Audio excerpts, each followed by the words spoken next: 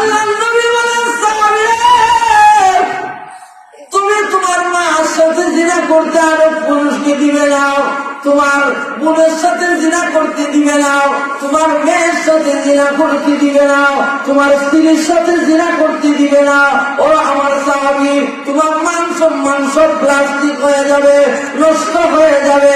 সাহাবী রে, তুমি যার সাথে জিনা করতে যাবে ওই মহিলাটা কারো মা হবে, কারো বোন হবে, কারো মেয়ে হবে, কারো স্ত্রী হবে, এই যে কোনো এক প্রকারে পড়বে।